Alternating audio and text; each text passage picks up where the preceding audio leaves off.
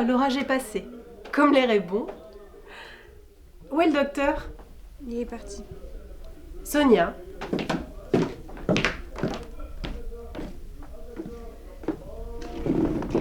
Jusqu'à quand allez-vous me bouder? Nous ne nous sommes fait aucun mal. Pourquoi sommes-nous des ennemis? Bon, d'accord, ne soyons plus fâchés. Voilà qui est parfait. Papa est couché? Non, il est au salon. On ne se parle plus depuis des semaines, Dieu seul sait pourquoi. À qui est ce verre? À Michael. Du vin. Prenons donc un verre à notre amitié, voulez-vous? Et tutoyons-nous. Si vous voulez. Dans le même verre, c'est bien mieux ainsi. Donc, à toi.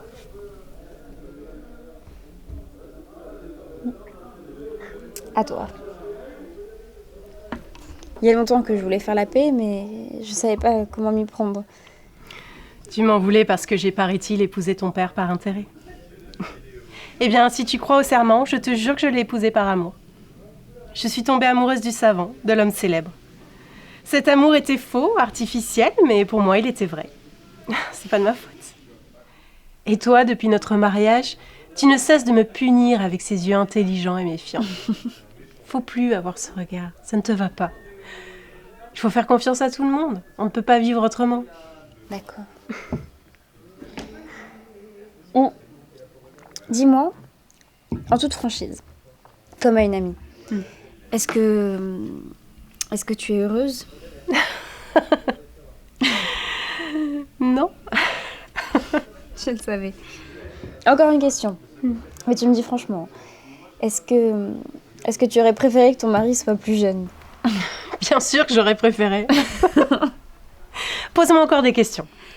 Est-ce que le docteur te plaît? Oui, beaucoup. Tu vois, il est parti, mais moi je continue d'entendre sa voix et ses pas. Et quand je regarde par la fenêtre, j'y vois apparaître son visage. Laisse-moi tout te dire. Non, mais je peux pas dire ces choses à voix haute. J'ai honte. Je te semble bête, hein. Mais non. Dis-moi quelque chose sur lui. Quel genre de choses? Il est beau, il est intelligent, il sait tout, il peut tout. Il soigne des malades, il plante des arbres. C'est pas la question. Il ne s'agit ni des arbres ni de la médecine. Ma chérie, tu te rends compte de son talent. Et tu sais ce que c'est que le talent? Le courage, la tête libre, l'envergure. Il plante un arbuste et déjà, il prévoit ce que cela va donner dans 1000 ans. Déjà, il entrevoit le bonheur de l'humanité. De tels hommes sont rares, il faut les aimer. Il boit, il lui arrive même d'être grossier, mais quelle importance. Un homme qui a du talent ne peut pas rester propre. Imagine la vie que doit avoir ce docteur. Les routes embourbées, le gel, les bourrasques de neige, la distance énorme, la grossièreté des gens, la misère, les maladies.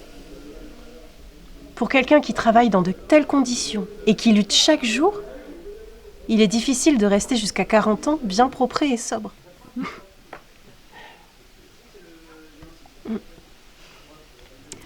Quant à moi, Sonia, quand j'y songe, le bonheur dans ce monde n'est pas fait pour moi, non. Qu'est-ce qui te fait rire? Je suis heureuse. Vraiment, je suis heureuse. Oh, j'ai envie de faire de la musique maintenant. Bah, joue. De toute façon, je peux pas dormir. Oui, mais ton père ne dort pas et quand il est malade, la musique lui porte sur les nerfs. Va lui demander. S'il ne dit pas non, alors je jouerai. D'accord, j'y vais.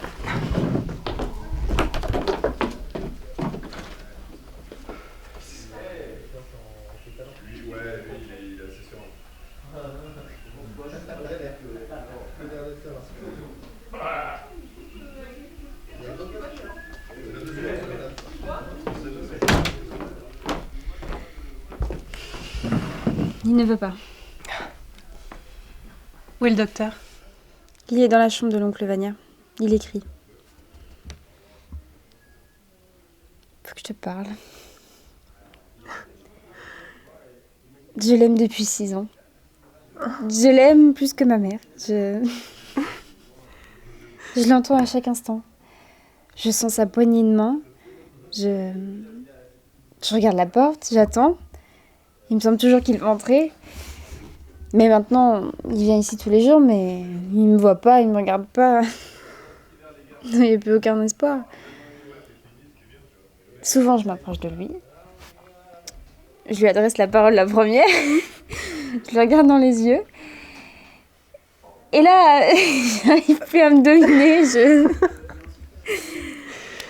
Mais hier, j'ai pas pu me retenir. J'ai avoué à oncle Vania mon amour pour Astrophe. Tous les domestiques savent aussi que je l'aime. Tout le monde le sait. Et lui? Non, lui, non. Il s'aperçoit même pas de mon existence. Quel homme étrange. Et si je lui parlais? Prudemment. C'est vrai que ça ne peut plus durer, cette incertitude. Tu me le permets? Oui. Voilà qui est parfait. Il n'est pas difficile de savoir s'il est amoureux. Ne te trouble pas, ne sois pas inquiète. Je vais lui parler si prudemment qu'il ne s'en apercevra même pas. Tout ce que nous voulons savoir, si c'est oui ou non. Et si c'est non, alors qu'il cesse de fréquenter la maison. Tu es d'accord? D'accord. Nous n'allons pas remettre cet interrogatoire à plus tard. Il m'a dit qu'il voulait me montrer ses dessins. Va donc lui dire que je désire les voir, s'il te plaît. D'accord, mais tu me diras tout? Bien entendu. Il me semble que la vérité, quelle qu'elle soit, est tout de même moins terrible que l'incertitude. Fais-moi confiance. Bon, d'accord, je vais dire que tu vas voir ses dessins. S'il te plaît.